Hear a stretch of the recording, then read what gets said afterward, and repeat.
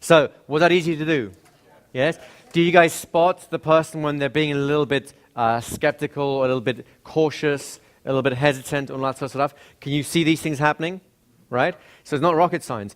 This is important because when it comes to conversational hypnosis, these very same signals will be occurring. Right? So you'll need to know when it's time to present your ideas and they'll be accepted, or when it's time to do a little bit more work before you introduce your idea because they're not there yet. Right? So anyways, let's just keep that in mind. We're going to keep that 3 cycle on, 1 cycle off routine for the rest of the morning, just to keep you sharp on your toes. So keep your eyes open for that. But we'll still carry on practicing the mechanics. Is that okay with you guys? So I'll need another person. Can I borrow you? Give a nice round of applause. We may as well. So, we're in exactly the same boat as before. Would you stand over here for me, please? Okay? Good. Same thing again. Just look into my eyes for a moment. That's it. Just focus all the way. There you go. Good. Now, why did I have to say that?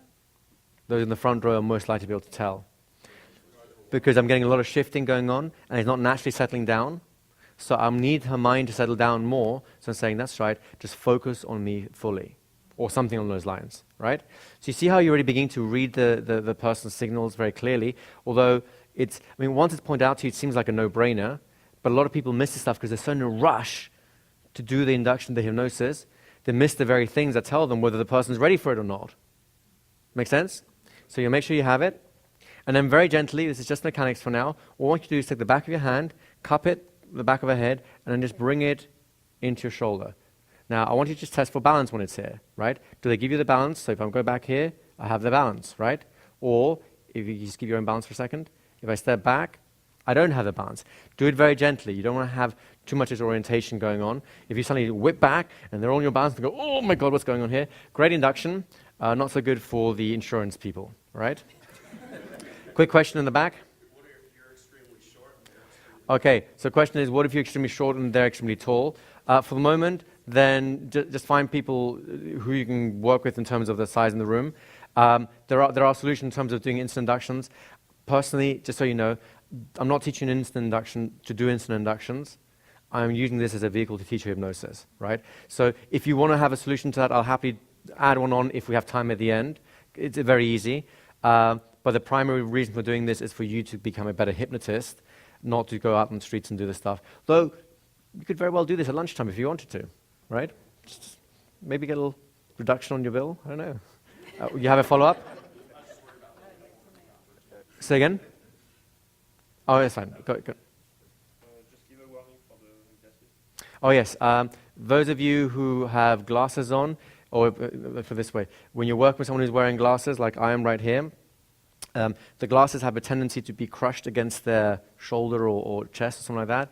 So ask them to take them off or just take them off for themselves. That's just a little safety tip. The speed we're going on right now, it really won't matter that much. But if you're actually ever going to do an instant induction for real, it's a very important little bit of safety in terms of what they're wearing. Make sense? One further up. So right now, all we're doing is walking through the physical... Right now, so the question is, are we just walking through the physical motions? Yes. Right now, it's just walking through the physical motions. Once again, if you would step over here for me, please. And just focus on me. That's right, all the way, focus. And that's it. And all you're doing now is notice how I'm just doing a slight rock back to test whether or not she follows. Do I have a balance or not? That's all I care about, right?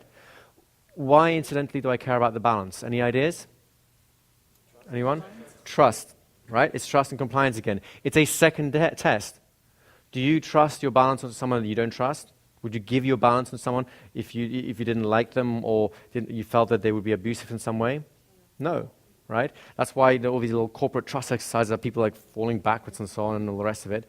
Trust is actually, balance is a great indicator, a great litmus test for trust, right? So that's exactly what I'm doing here. It's not the only one, of course, like anything, it can be faked, right?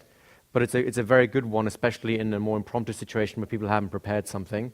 It's a good rule of thumb again. So do you understand the exercise, everyone? Yep. Easy to do. One more thing, one more follow-up. Can you just explain to people to make sure they don't like yank on your head? Oh yeah, this is it's just explaining the idea about yanking and so on. We're not doing anything other than gently guiding their head into your shoulder for now. We'll talk about the mechanics of why we're doing this later. Right now, all I care about is as gently as possible guiding that head to your shoulder and then testing for balance. That's it. Easy to do, guys? Oh, one more thing. From the perspective of, we're doing like a 3 compliant, 1 resistant. Yes. From the perspective of resistance, how would you... Okay, so in terms of the question is, how do you deal with resistance if you actually have that third person who's now resisting for whatever reason, because it's part of the exercise?